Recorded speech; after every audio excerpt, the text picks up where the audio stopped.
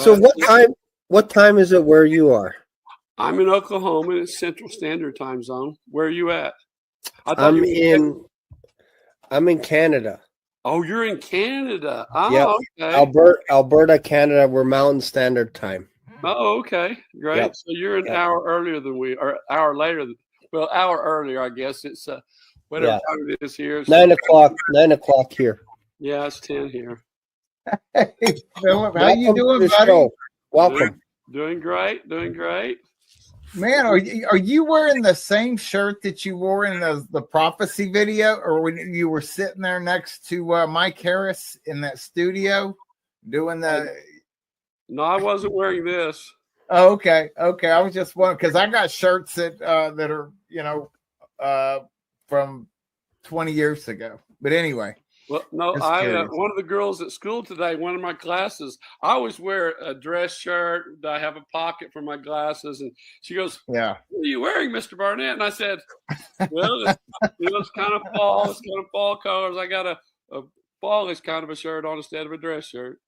Yeah. Awesome. Yeah. Welcome to the show. This is called Revelation Underground, where basically no topic is left unturned. We talk about everything on this, and tonight we've been heavy on the rapture. Is it coming today? Is it coming tomorrow? Is it coming in November?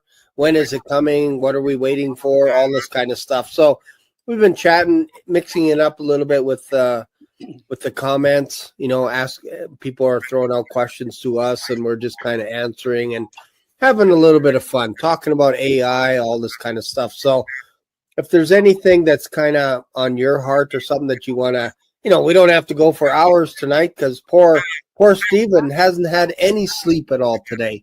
But if there's something that you want to talk about, this is a great forum. You're down in Texas, right? Where are you at, yes. Stephen? Okay, and Shane, you're up in Alberta. Yes, sir. This is cool. This is great. Well, you know what? The rapture is the topic on every mind of this. Stephen, and Shane, God bless you. It's nice to meet you. Nice to meet you as well. I have some friends in Ohio who were listening in the night of the live stream, August 1st, from Galena Park there in Houston, and it took like an hour and 10 minutes out of that message and translated it into Russian, and they posted it Friday night. And since Friday night, as of today, there were like 100,000 views the last 5 days. It will go way, way, way up. It's all over Canada, my understanding. A lot of people are listening in Ohio, Oregon. And this is a teaching that you did? This is a message called To the American Remnant. Okay. I'll have to watch it. Have you seen any of it? Nope. Okay. Well, Stephen could get that to you, or I could get it to you later. Okay, thank you. Right after the rapture, World War III will take place, Revelation 38 and 39, between America and Russia over Israel. And then 3.5 years into the tribulation period, the first war of the Antichrist will begin, and he will be over. Of course, we know there's a 10-nation confederacy. But 3 nations leave. 3 nations apparently get upset, and 1 nation joins. So that leaves a union of 8 nations. And you look at Daniel, the 11th chapter, towards the end of the chapter, the 40th verse, they come across the Mediterranean Sea from Europe. This is a variant of the European Union. And we know from the book of Micah, it's a big question as which country is going to enter into the Union, the European Union that wasn't there. We know from the book of Micah that the Antichrist is from Assyria. We go back in history into Daniel, like the 8th chapter, and we know Antiochus Epiphanes, who was like a grandson. Okay, well, go back a little bit more in history. We have Alexander the Great conquers most of the world. He dies of a disease over in the area of Babylon when he's about 33 years old. And he turns over the empire to 4 of his generals. One of those generals is over the area of Lebanon and Assyria and Syria, that area. And one of his, like a grandson of his, comes into Israel and offers a pig on the altar. Right in the temple, right. Causes the Jews to go nuts. The first one. Yep. Now, the reason he offered a pig was because you remember the story. You guys both know the story of when Jesus went to the Sea of Gennesaret, which was a sea. Josephus, you got his writings there. And just a second, Masha, дай мне мой Библию, пожалуйста. Previously at this, Jess, хорошо. Anyway, I have my wife bring my Bible to me because I have this in my head, but I might need it for something. Anyway, what was that language you spoke? Russian. I was a missionary in Ukraine for 26 years. I got it wrong. So, no, you did it fine. And so I pastored Christ Cathedral. I constructed, organized Christ Cathedral Church. We had 4,000 or 5,000 people there every week in our services. It was a big ministry. We moved there to keep our son off the Russian front. We didn't want him in the Russian front because our kids were born there. I never married till I got to Ukraine, and I married a Ukrainian girl, Masha. Steve has met her. I married way above my classification. And so anyway, our kids grew up there, and so they had dual citizenship. So we moved out in 2018. We didn't want our son on the Russian front. There in the schools, all the schools just go through the 11th grade. Then the boys were all required to spend a year in the military. And that has changed the last year. Now they take men who are older than 25 into the Ukrainian military. But anyway, we moved out to get away from keeping our son we didn't want him on the Russian front. And I was a pastor for many years in America and a public school teacher. I taught music. You wouldn't be able to tell that from my voice, but that's all right. Teaching tens of thousands of lessons. I've been back here this is my 8th year. And I've already taught way over 10,000 classes. And our school is pretty violent, very violent, to tell you the truth. Wow. And so anyway, back to the story. The Antichrist, his grandson, Antiochus Epiphanes, came and offered a sacrifice on the altar inside the temple. Now, why did he offer a pig? If you go right across the Sea of Galilee, Sea of Gennesaret, there's 3 or 4 different names to the Sea of Galilee.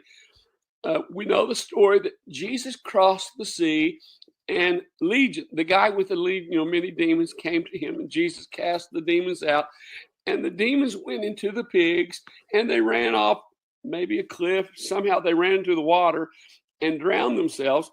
Yeah. Why? What were the pigs there for? Because there was a temple to Zeus, the head god, the head idol god of the Greeks. There was a major temple to Zeus that had been built there on the northeast side of the Sea of Galilee. And all of those pigs were for sacrifices for that temple. So not only did Jesus free the demons out of the guy, bankrupted them. Probably 1,000 or so pigs that were used for sacrifices to some idol. So Jesus, wow. Anyway, we're serving a great God, aren't we? Yes, so anyway, 100%. That the Romans eventually conquered the Greek Empire, and the ancestry of Antiochus Epiphanes, one of his ancestors will be the Antichrist. That's why the book of Micah twice says he calls the Antichrist the Assyrian, because he is an ancestor of Antiochus Epiphanes.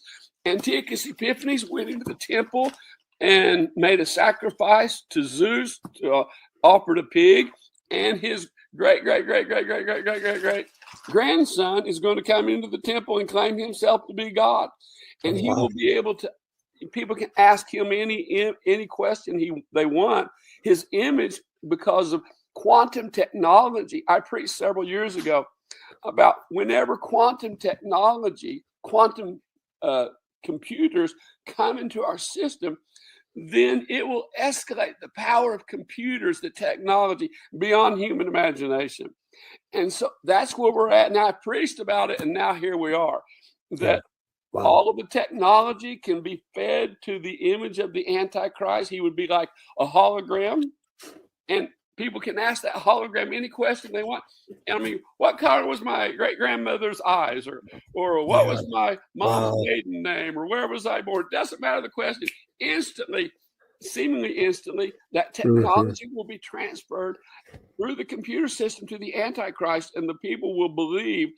And the fact of the false prophet being able to call fire down from heaven, and all the signs that are through the devil, because Ephesians 2:2 says the devil, Paul said, the devil lives in the atmosphere around the earth. And he goes, he's not like God. God is omnipresent. But the devil, let me get this further away. Seems like I'm a little too close there. Oh, here, I can do this as well if this helps. The devil is, he's not omnipresent like God, but he can travel fast. And Jesus said, Paul said, he travels like, Paul said he's in the atmosphere around the earth. And that's where his dwelling place is. Jesus said in, I guess it was the book of Luke, the Gospel of Luke, he said, you Jews say, oh, we're the seed of Abraham. Well, big deal. He says, I was in heaven, and I was there when Lucifer was cast out, and I saw him fall as lightning to the earth. It doesn't say to the earth, but we know it came down to the earth. So he dwells in the atmosphere around the earth. And at the midpoint of the tribulation period, he will be cast down again. His power to fly, to go around the earth like lightning, will be taken away from him. Of course, he still has billions of emissaries, the demons that but he's not omnipresent. He'll be kicked all the way down to the ground. And when he's kicked to the ground, he will enter into the Antichrist and give that descendant of Antiochus Epiphanes, the Assyrian, his power to work great miracles. And so we have the quantum technology that's here now, and people will be able to ask any question. And the world, you guys both know, people are pretty gullible sometimes. They'll believe a whole lot that's not true, not factual. 100%. So anyway, we're at that state. And now, as far as you ask about the rapture, I got to school this morning, and I went into one of the offices, and one of the teachers asked me, I won't say which one it was, but it was a guy, and he said, now, I don't want to take too much of your time, Mr. Barnett, but I got a question. My wife has a question, and it was about the rapture. He said, I've been hearing all of this, and he's a Baptist guy, a fine Christian man.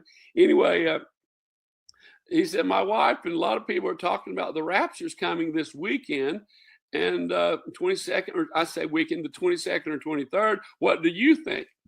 And I said, well, the numbers all show, from what we see, the numbers all show that the rapture could very well be the 22nd or 23rd, especially the 23rd. But I said, back in 2020, I was praying on February 7th. It was a Friday evening, and the Lord has given me, Brother Steve knows all the work I've been doing, and 7th day of the Lord prophecies, all the things. It's like, Lord, I was praying that Friday night, Lord, how am I going to get everything done that you told me to do? I'm teaching 8 or 9 classes every day, or 7 or 8 classes every day. My first class is at 7:30 in the morning. I don't finish till after 4 o'clock. I'm choir director. I have rehearsals till 7 or 8 at night. At that time, I was directing the solo ensemble competition for Oklahoma City, and then they put me over the choir competition for Oklahoma City. It's like I could have 1,000 kids in one day singing. It's like, Lord, how can I do all of this? I'm directing the music basically for the city of 1 million people. How am I going to get everything done you told me if you come? Because I had this feeling that the rapture could come quickly. And so I got into bed the next morning, Saturday morning, February 8th. I got out of bed and I asked the Lord the same. I was praying the same question. Lord, how am I going to get everything you told me to do done if you come quickly? And the Lord spoke to me and says, I won't come, or he said, the rapture won't take place till after your 25th wedding anniversary.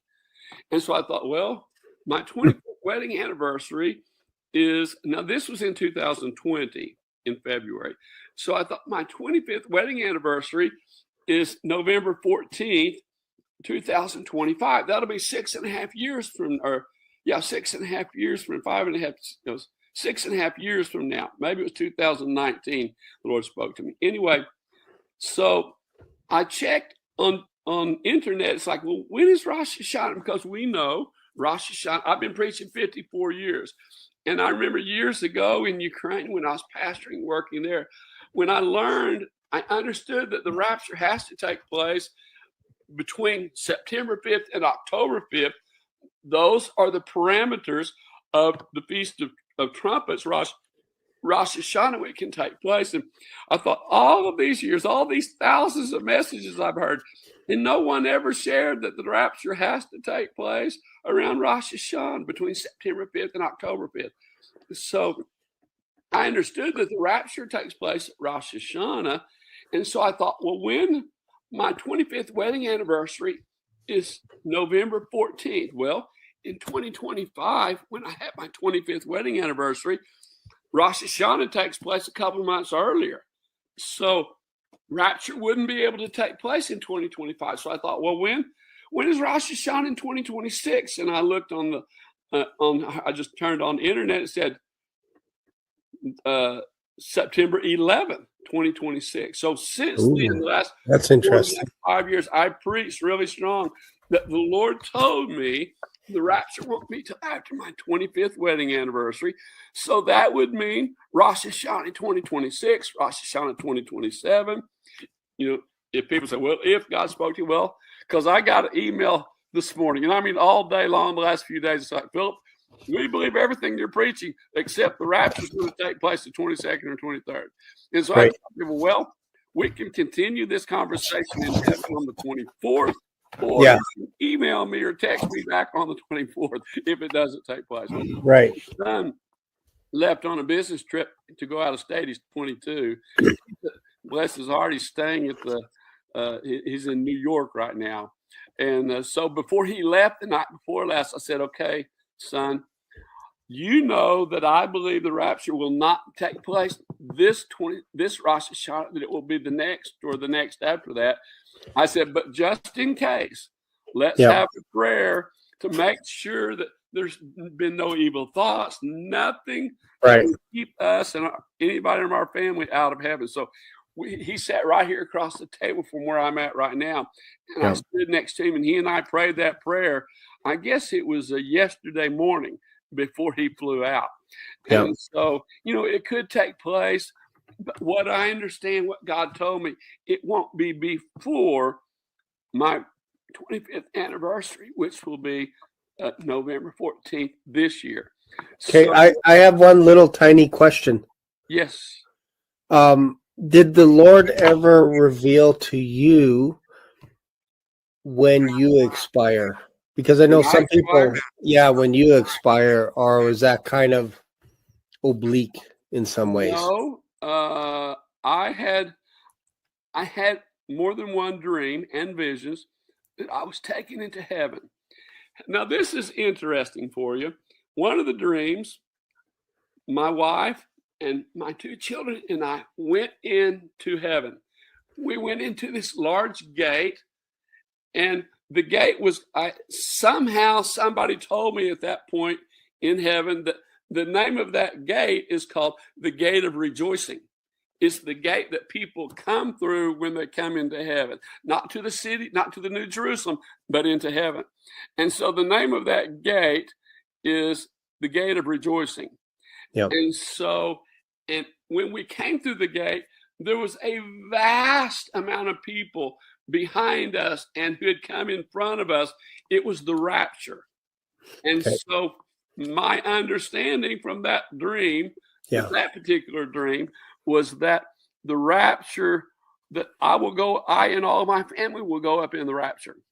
That's cool. And The only reason, not have the only reason why I asked that question is because I asked the Lord to show me like a rapture dream, because I was interested in that, and He showed me my funeral. Oh, really? Yeah, and I was like, so I was taken up to heaven, but I left my coffin, and I didn't want to look to see how I died, and I didn't want to look to see who was at the funeral. I was just focusing on going up. But I thought, Lord, that's not what I asked for. I asked, like, you know what I mean? I wanted you to show me raptured up and all this. So He showed me other things in heaven, but it was from the basis of a funeral, which was interesting to me. And I'm like, okay, it's not every day that you get someone like the Lord to show you your funeral. And I knew it was my funeral. I knew it wasn't someone else's, right? So I was just curious. Why did I pray that prayer, Lord? Yeah, exactly. So I don't pray that stuff anymore. That's my whole point.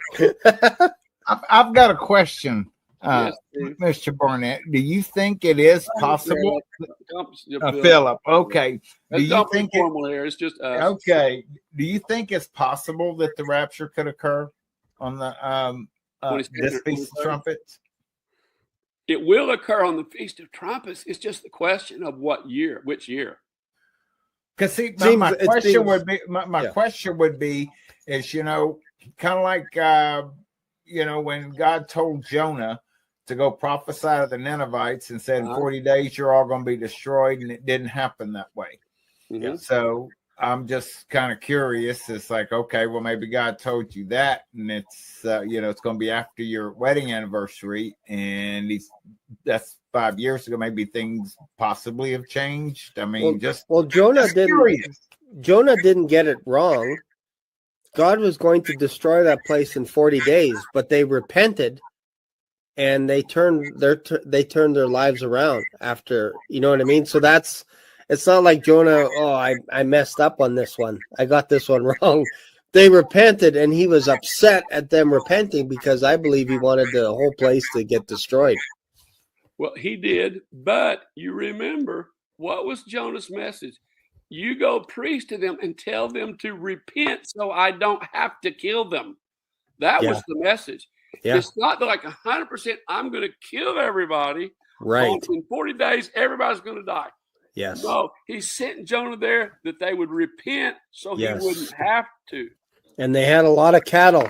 And if you will look, there's an interesting deal about that.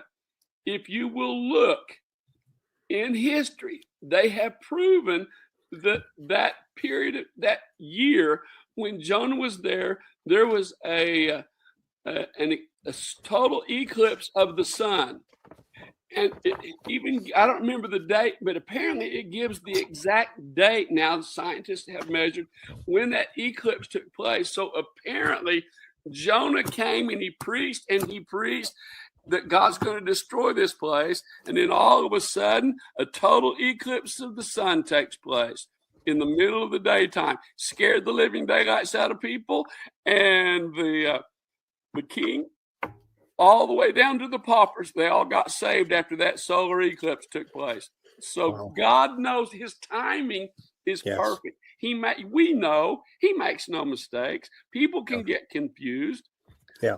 My understanding is that the Psalm 83 war will take place. I've got lessons on that. I preached it for many years. Psalm 83 war will take place. It is a late spring war. It's the time when the fruits, like the pomegranates, the figs, the grapes, they're all on the vine. The Bible talks about in Isaiah, more than one place, the summer fruits. The summer fruits will be on the vine, but not ready to be harvested. And then you guys are familiar with Isaiah 17, right? About when Israel destroys Syria. Nuclear attack on Damascus. Okay, well, that takes place during the Psalm 83 war. Years ago, Israel the parliament, the Knesset, voted on a plan that is called the Samson Option. Steve, maybe you've heard me talk about this before. Yeah. The I've heard Samson about Option. that. Yeah, I've heard about that. What that is, that if Israel is about to be destroyed, Israel will send out their planes loaded with nuclear weapons, and they will destroy all the countries around them so that there won't be another Jewish Holocaust where all the Jews are killed and, 6 million Jews the Nazis killed, and they had no chance. And so they will utilize, what's the word in English? They will have the Samson Option. They will attack those countries. It is a late spring war, probably will take place in June. Matter of fact, Steve and I, you were there in Galena Park there in Houston. Mm-hmm. What you probably don't know, that day, I was invited, and Mike Harris, who was with me, we went and prayed for the mayor of the city. The mayor had heard me preach 3 years ago in a service there in Houston, and she came back. And so she had me pray for her police chief, the head of the fire department, about 20 some of their employees. I prayed for that day before we had the ministry that night when I preached that 3-hour message there in a live stream. Yeah.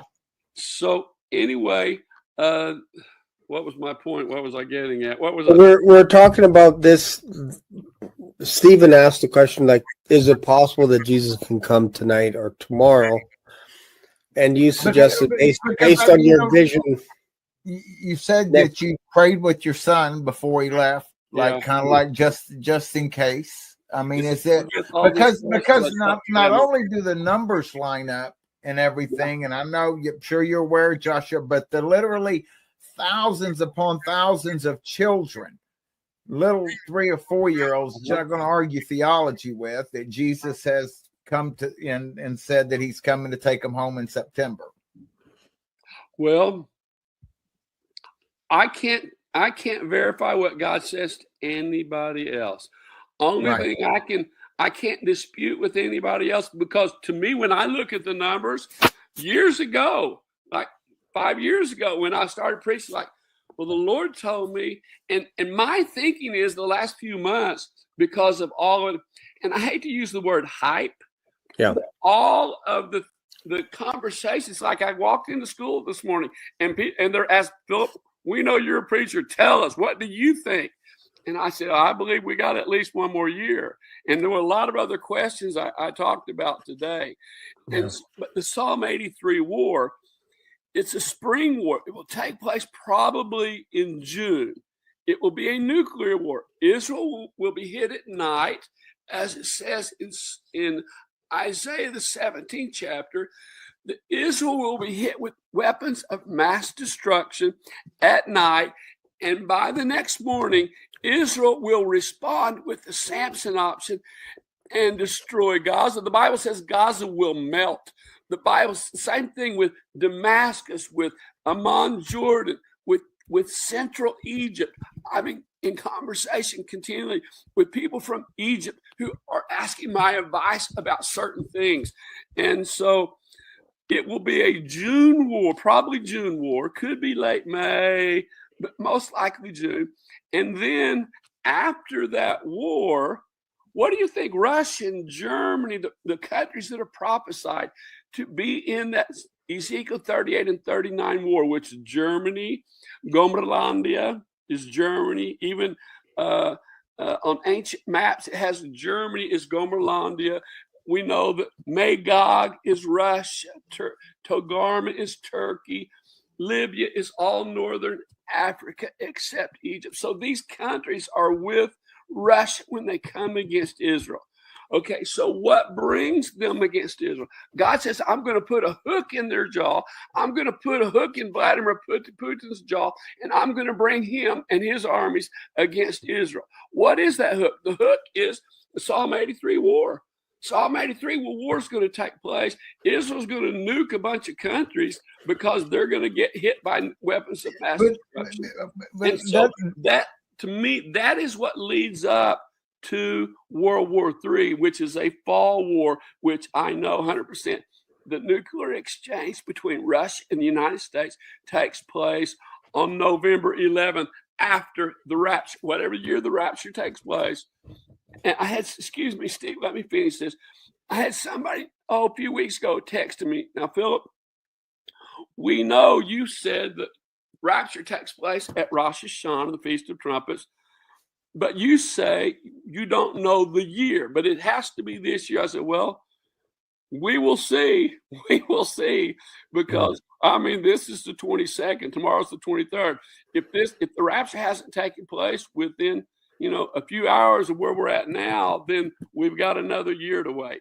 And I believe, and I've been preaching it for years, after the Psalm 83 war, then Israel nukes these countries, Damascus, others, and that brings Germany and Russia and these other countries against Israel. And you can't prepare a major campaign where you travel for hundreds and hundreds of miles with your army. You can't prepare that in a week. It takes time.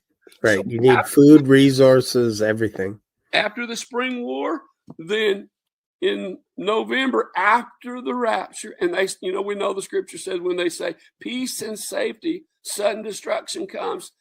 So way I see is the Psalm 83 war, and also Jeremiah 49, when Iran's nuclear program is destroyed. You see, we attacked them, but the Bible says in Jeremiah 49 that when it's totally destroyed, the radiation, something's going to come out and force millions of Iranians to flee. The Bible says to every country in the world, the arrow launchers, the bows, in other words, the nuclear launch sites will be destroyed. Radiation will cover Iran, and millions of people will flee. They will be in Canada. They'll be in Oklahoma. They'll be down in Texas. And so we saw our attack, our brilliant military, what they did, but the radiation leakage wasn't there. They showed in some of the film, some of the video, they showed the tops of the mountains were a little blue. And that shows, hey, there was plutonium leakage. But the Iranians weren't forced to flee. That means that there's going to be another attack somewhere in the future, maybe by Israel, maybe by America, but probably by Israel. And the Iranians will be forced to flee. Look at the Ezekiel 38-39 war. Sometimes, guys, when we're trying to understand what the Bible says, we don't ask, what does the book say? What does the Bible say? No, we ask the question, what does it not say? Ezekiel 38 and 39, it doesn't mention Syria. It doesn't mention Iran. It doesn't mention North Africa. Why are all of those countries left out? Because Iran will be destroyed before World War III. And so, it's really popular. We've all heard preachers again and again and again say, well, there's nothing scripturally, nothing prophetic that has to be fulfilled before the rapture. Excuse me. It sounds really nice. It sounds wonderful. That's why thousands of preachers, they hear it and they repeat it, but it is not correct. The Psalm 83 war takes place before the rapture. Jeremiah 49 has to be fulfilled before the rapture, because could you imagine a war against Israel and Iran not participating? Iran won't participate because Israel will destroy Iran, or America somehow is going to destroy Iran before the fall war. The World War III is a fall war. Late fall starts November 11th. I know that 100%. 100%. Nuclear war takes place between Russia and the United States on November 11th, whatever year, after the Psalm 83 war, after the Iranian war. Okay, now, Iranian war didn't take place. We did hit them, but no plutonium that caused millions of people. Yeah, it wasn't a war. It was just a one-sided. Yeah. Psalm 83 hasn't taken place. So that tells me one of the reasons it was 2000. Let me think. 2, 3, 4, 25. Yeah, in 2020, it was at February 7th and 8th, God spoke to me. And I've been thinking a lot the last few weeks of his terminology. Why did God say when he spoke to me on that morning of the 8th when I was in the floor praying, why did he say the rapture will not take place before your 25th wedding anniversary? And here's the conclusion I've come up with the last couple of months especially.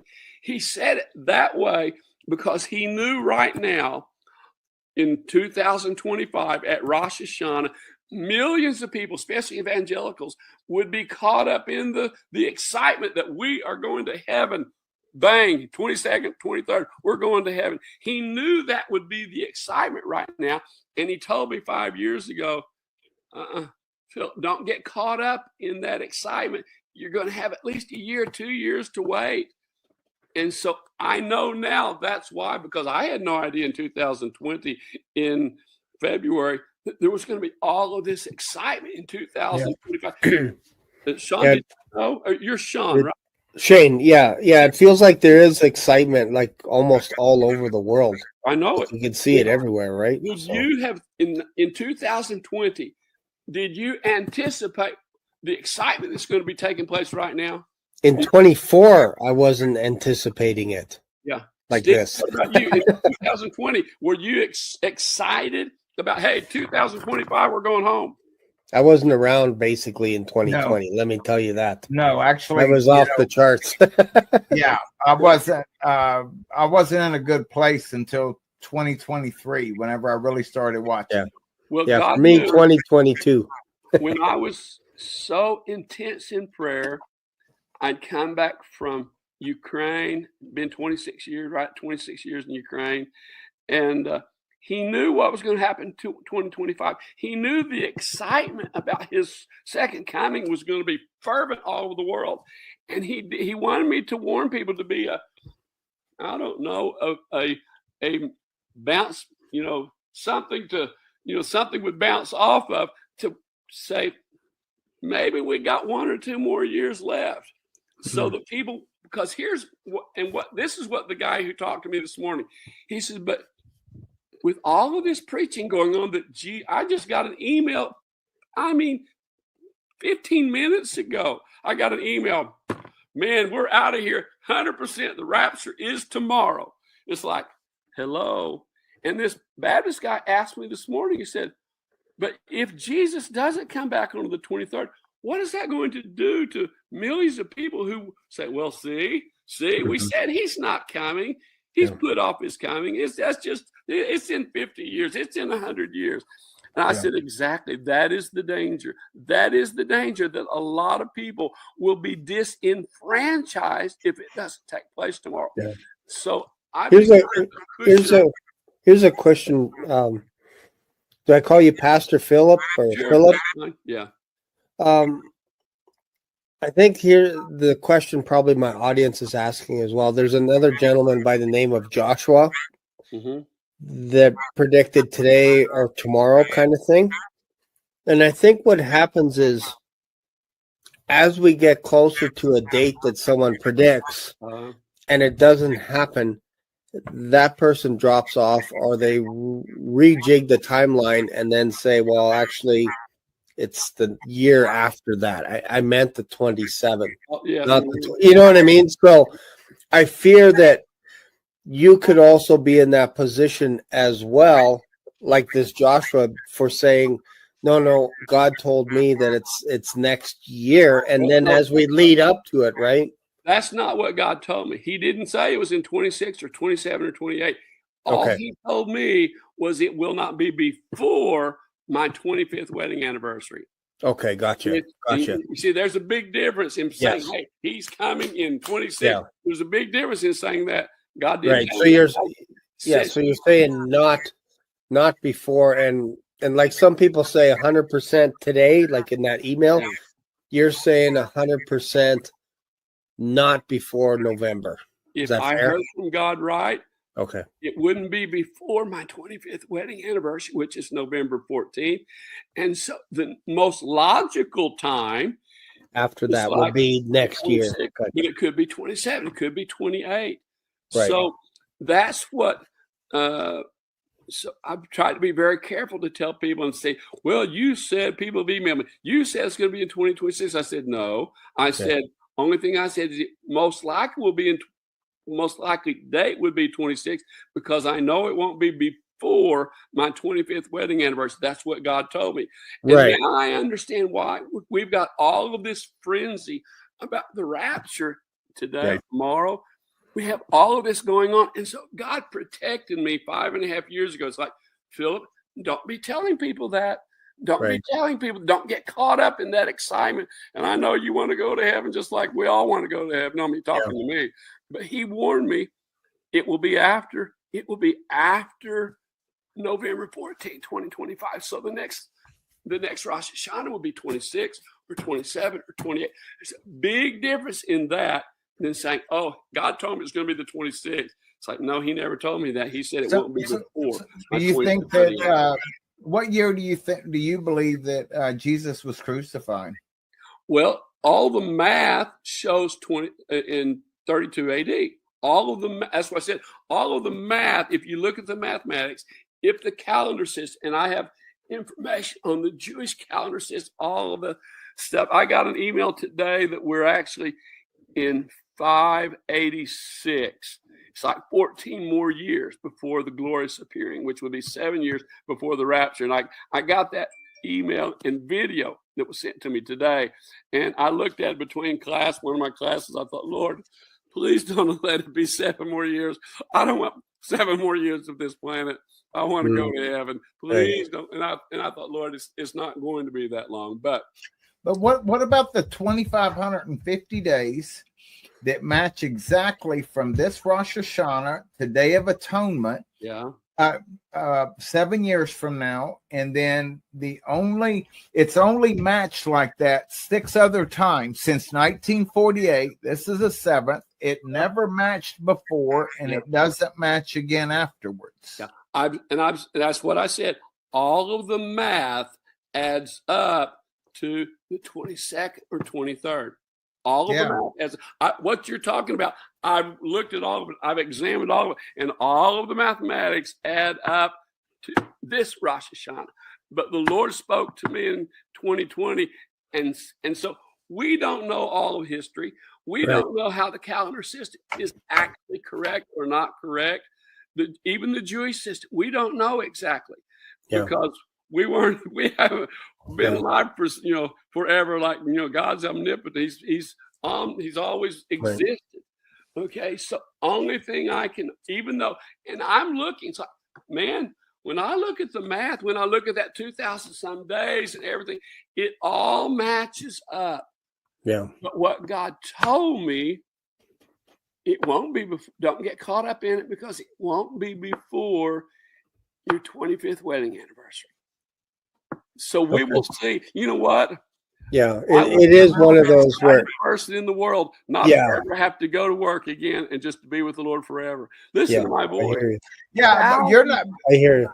You're not sitting there with your arms crossed saying, "I'm not going till after November 14th."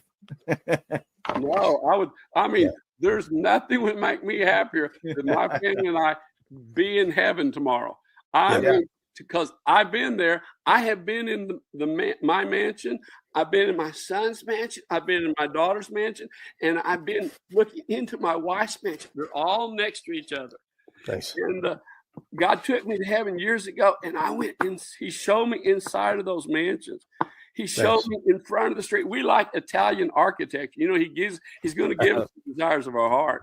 Yeah, and that's cool. Outside of my wife's entrance into her mansion and into my mansion is that curved top on the outer doorway. I thought, that Italian style, Mediterranean style.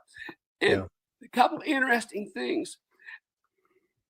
In the city of God, the New Jerusalem, where He took me, there was no porch, nothing to step up on, or no roof over the entrance into the mansions. Why is that? Because there's no sun, there's no rain, so you don't need a porch, you don't need a roof just to go up into my mansion. It was just like one step and go into the mansion.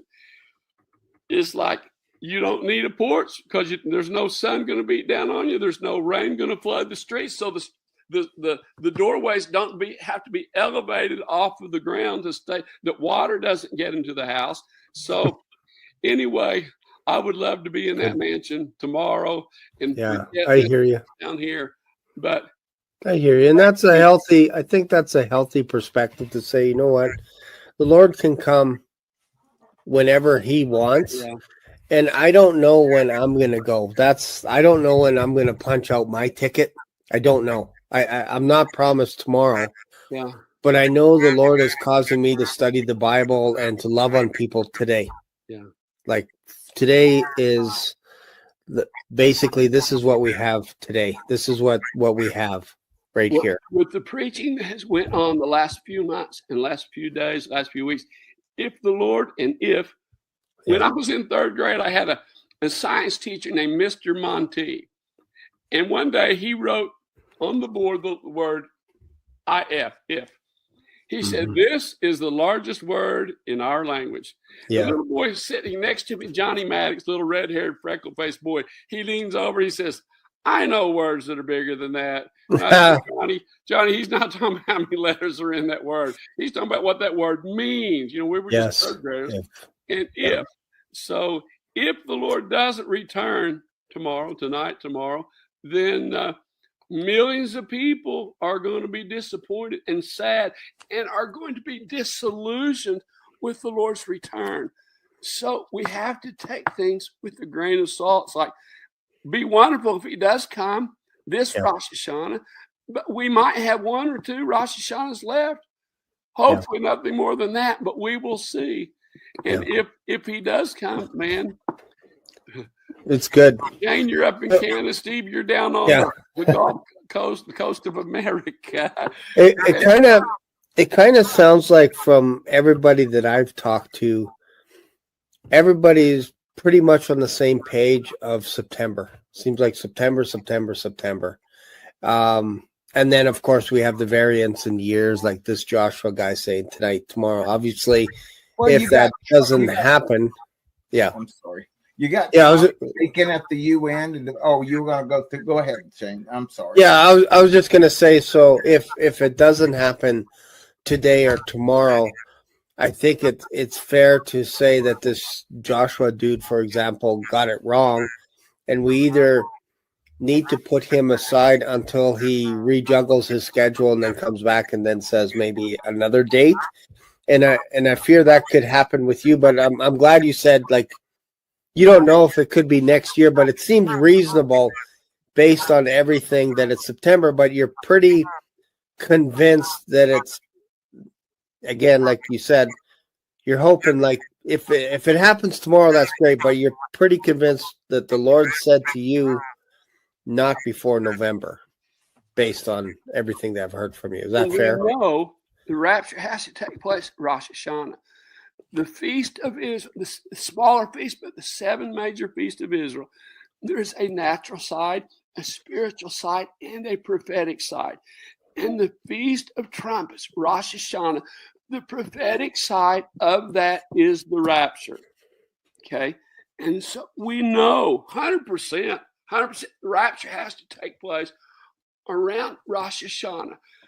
The parameters of Rosh Hashanah, it can take place as early as September 5th or as late as October 5th. Somewhere in there, every year Rosh Hashanah occurs between September 5th and October 5th. We know the rapture takes place in the early fall of the year. We just don't know which year. For sure. That's fair. And I think that's fair. Because, again, we don't know until we're caught up. Yeah. Like, really. And the Lord told me, not before your 25th wedding anniversary. So that means Rosh Hashanah, the first true chance would be, even though, Steve, all of the math points to this year. Yeah. But we don't know all the facts about history, about math and what years. Yeah. We absolutely don't know. But they're meeting to divide Jerusalem right now. The UN is.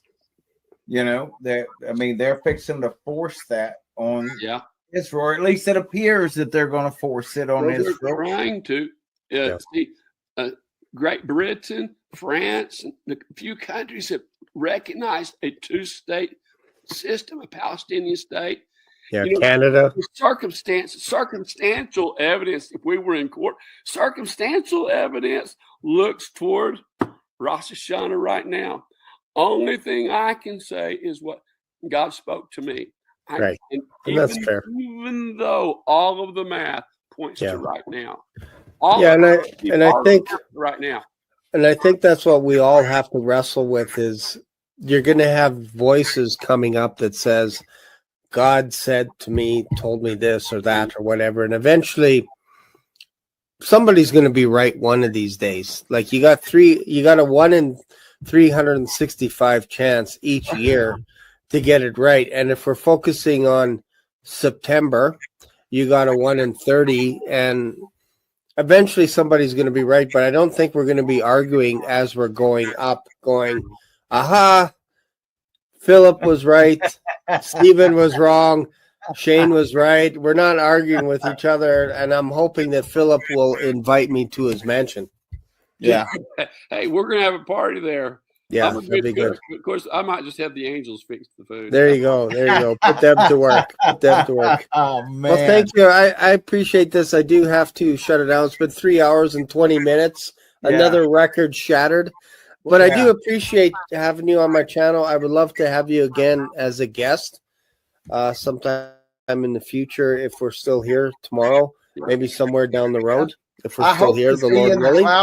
Clouds in the next couple of days, Phillip. Yes. But at this point right now, I mean, it's all because even though, yes, I'm excited about right now, but I saw you on Paul's program like in March or April, but then I didn't expect all of this stuff either to just blow up here in the last month or two. And then looking at all, did you expect this morning, Stephen, that Phillip Barnett would be on my channel? Did you expect that this morning when you woke up? No, I've never asked him to be on. Man, thank you for just coming on here. I appreciate that. It's so late at night. Thank you. Stephen, did you get it's 30 pages. I sent the final of the American Remnant to you today. Did you get that? Let me check. Let me just double check. Yes, I did. Yes. Thank you for sending that. I did. I just got it. Please give that to Shane, and Shane, share it with everybody you can. Sure. And I finished it last night, basically. And then the Lord spoke to me to put a couple more things in about a particular timing of the Chinese attack against Western Canada. Shane, you need to read it. You need Canada. What did we do? Wait, what? Wait. We're actually close to China. That he has said. I'll forward that to you, Shane. Yeah, give it to me, please. Now, so this 30 pager, that's inclusive of the first 12 pages. Well, that night when I preached, it was 19 pages, and now it's 30, and I've got 2 or 3 pages extra that the Lord gave to me on the way back from Florida. Remember, I preached in Houston, and then I had to go to Florida. My daughter won national championship for art for the Assembly of God in Florida. She took second place for college students. She took second place for piano and second place for fiber art. And there were 22,000 people. There were thousands of entries, and she took first place in one category and second place in 2. And last year, she took first place in small human video. And so my kids are smart like my wife, but they don't. Wow. That's funny. That's awesome. Wow. That's cool. Well, you read that, and the very end of that. Yes, send that to me, Stephen. Western Canada. Read that. The end of it talks about Canada. Read that, and I'll come back on. I've got to be at school early in the morning. I've got classes all day. I have to teach. Sure. But you'll come back on with us, huh? Do what, Steve? But you'll come back on with us. Sure. Awesome. Okay. All right, sir. Well, you have a good night. Thank you. I appreciate you being on there. On here. And also, Steve, the that message that night, I think I mentioned when I first came on, it's been combined to like an hour and 10 minutes, and it was translated into Russian, and we've had 100,000 views this week. That's amazing. Yeah. So God bless you. Okay, that's so it just hit 100,000 views on Mike Harris Media. No, it's translated into Russian from people up in Ohio. Oh, because it's the people, it's the Russians and Ukrainians. See, he is huge, Shane, over world leaders would seek his advice, his counsel when he was in. I'd love to have a discussion about Ukraine. I think that would be great to talk about Ukraine. God bless you guys. I've got class early. I got to get to bed. Okay. Okay. All right. Thank you, sir. Bye-bye. Where are you from in Kiev? И молодые люди там спросили, с какой церкви он. And he explained. И он объяснил, откуда он. It says where Pastor Phillip Barnett где пастор Филипп Барнетт построил церковь. And they asked. И они спросили. What did you say? Что ты говоришь? Что ты говоришь? Phillip Barnett. Филипп Барнетт. Who gave the prophecy? Тот Филипп Барнетт, который пророчество Азовмина рассказывал. Our church looked at it 2 nights ago. Watched it. 2 дня назад, говорит, наша церковь смотрела на это пророчество. And we laid out a map of the cities Philip said were going to be bombed. И мы посмотрели на эту карту, где Филипп сказал, какие города будут нанесены удары по каким городам. And we laid a map of all the cities that are being attacked now. И сейчас приложили карту с городами, которые нанесли на них удары. Over what Philip said was going to happen. И на те сверху на те города, о которых Филипп говорил. And it was exactly the same. И это было точно так же.